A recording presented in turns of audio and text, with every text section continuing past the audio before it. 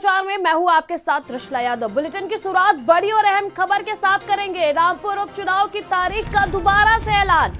Session court के फैसले के बाद दोबारा अधिसूचना जारी। विधानसभा उपचुनाव की अधिसूचना जारी। रामपुर में 5 सितंबर को डाले जाएंगे वोट। 8 दिसंबर को वोटों की गिनती होगी। वह 11 नवंबर से 18 नवंबर तक नामांकन होगा। इस सीट पर निर्वाचन आयोग ने दोबारा से अधिसूचना जारी की है। अपर जिलाधिकारी हेम सिंह ने यह जानकारी दी है। देखिए, आज ही सेशन कोर्ट का फैसला शाम के 5 बजे के लगभग आया है। उसके बाद से ही अब जो अधिसूचना है उपचुनाव को लेकर वो जारी कर दिया गया है। रामपुर उपचुनाव की तारीख का दोबारा से ऐलान। सेशन कोर्ट के फैसले के बाद दोबारा अधिसूचना जारी। विधानसभा उपचुनाव की अधिसूचना जारी। संवाददाता ओमपाल इस खबर पर अधिक जानकारी के लिए हमारे साथ जुड़ चुके हैं रामपुर से। ओमपाल, देखिए, शाम के लगभग 5 बजे ही जो फैसला है वो आया। उसके बाद से ही अब देखिए जो डेट है उपचुनाव का वो जारी कर दिया गया है। बिल्कुल, देखिए, जिस तरह से बीते 27 अक्टूबर को जब आजम खान को हेट स्पीच मामले में सजा हुई थी, अगले दिन उनकी विधायकी रद्द हो गई और उसके बाद जब वो हिंदुस्तान की सबसे बड़ी अदालत पहुंचे तो वहां से उनको एक बड़ी राहत मिली। लेकिन राहत के बाद जब हिंदुस्तान की सबसे बड़ी अदालत ने यहाँ की सेशन कोर्ट को आदेश दिया कि इतनी जल्दबाजी क्यों, अब इस केस को 15 नवंबर को ना सुनकर आज ही सुना जाए, तो आज सुना। और समझिए कि 5 बजे से पहले ही रामपुर की सेशन कोर्ट से आजम खान को जो झटका लगा था, जोर का बड़ी धीरे से लगा, क्योंकि उनको बड़ी उम्मीद थी, क्योंकि हिंदुस्तान की सबसे बड़ी अदालत से उनको बहुत भरोसा था, बहुत उम्मीद थी। लेकिन उस उम्मीद पर उनको निराशा मिली। लेकिन अब देखिए, कुछ घंटों के बाद ही निर्वाचन आयोग ने जो अधिसूचना है वो जारी कर दी है। और जैसे ही रामपुर में अधिसूचना चुनाव के लिए जारी हुई है, प्रशासन एक्शन मोड में।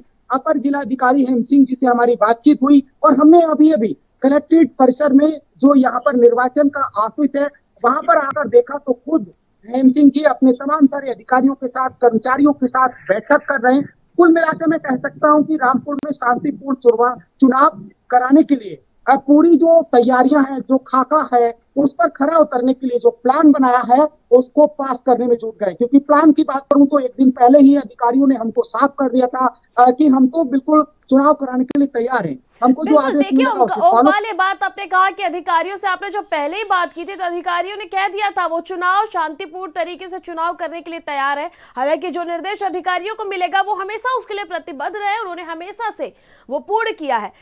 शांतिपूर्ण तरीके से चुनाव कराने के लिए हमेशा से अधिकारी और प्रशासन मुस्तैद रहता है। लेकिन देखिए ओमपाल, जिस प्रकार से झटका लगा है आजम खान को और उसके तुरंत बाद ही अब फैसला आ गया है चुनाव निर्वाचन आयोग का चुनाव को लेकर के, किस प्रकार का जो माहौल है वो इस वक्त रामपुर में है? क्योंकि रामपुर में बहुत चाहने वाले हैं आजम खान के, उनका गढ़ है रामपुर।